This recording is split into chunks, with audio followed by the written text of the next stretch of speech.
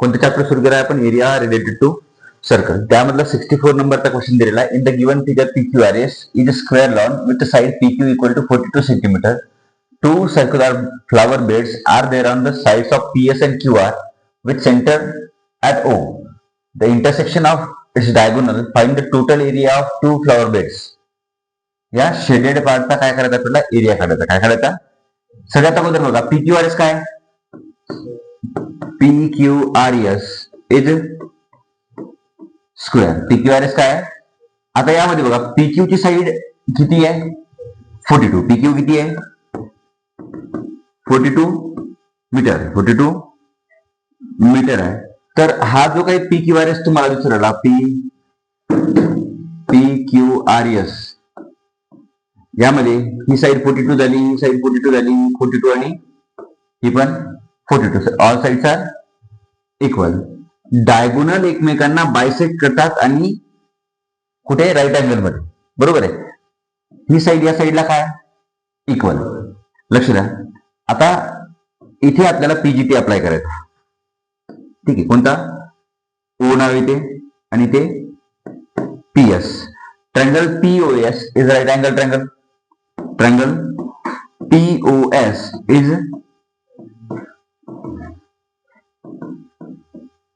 Right angle triangle.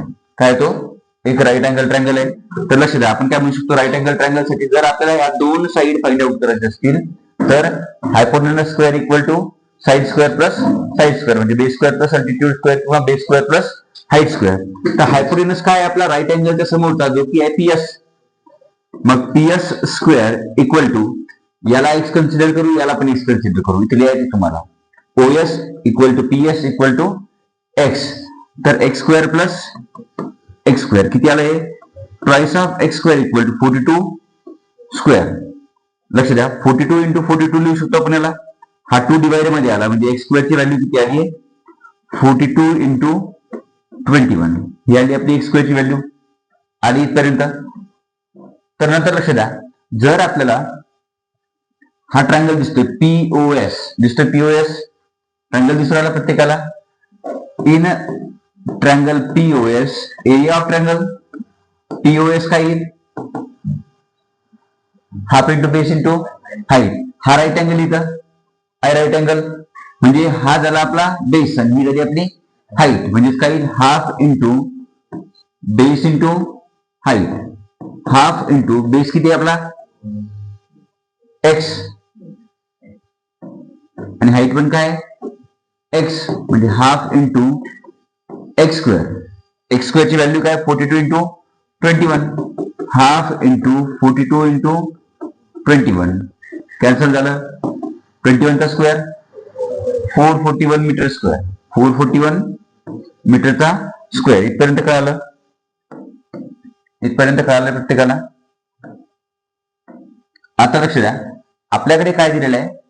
हा एक sector दिलेला आहे बघा. हा ट्रायंगल आणि समोरून त्याला एक असा कर्व शेडेड पार्ट दिलेला आहे. आता या सेक्टरचा एरिया काढायचा असेल तर आपल्याकडे फॉर्म्युला आहे एरिया ऑफ सेक्टर. काय? एरिया ऑफ कोणता सेक्टर आहे? नाव काय त्याचं? OSP. OSP काय आहे? Theta upon 360 into pi r square. आता रेडियस काय आहे आपली? OS. रेडियस काय? OS ला काय कन्सिडर केलं होतं आपण? x म्हणजे थिटा घेता त्याला थिटा अपॉन थिटा तर माहिती आहे आपल्याला किती? Theta 90 degree. किती आहे theta? 90 degree upon 360 into 22 by आणि रेडियस म्हणजे एक्सचा स्क्वेअर. एक्सचा स्क्वेअर किती होता आपला? 21 इंटू 42 आला होता.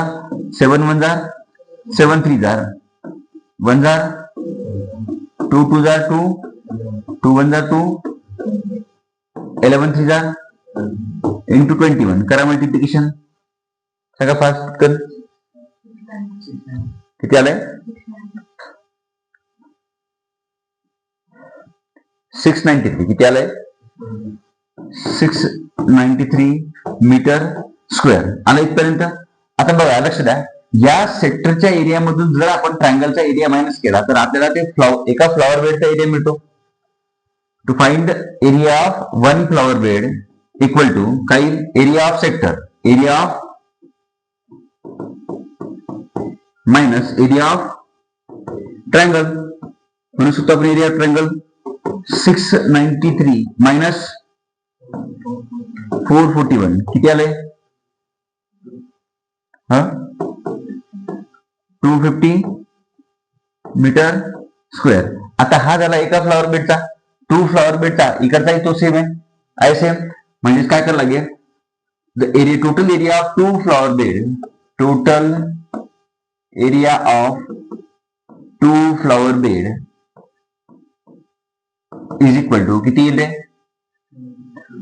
2 into 252 इक्वल टू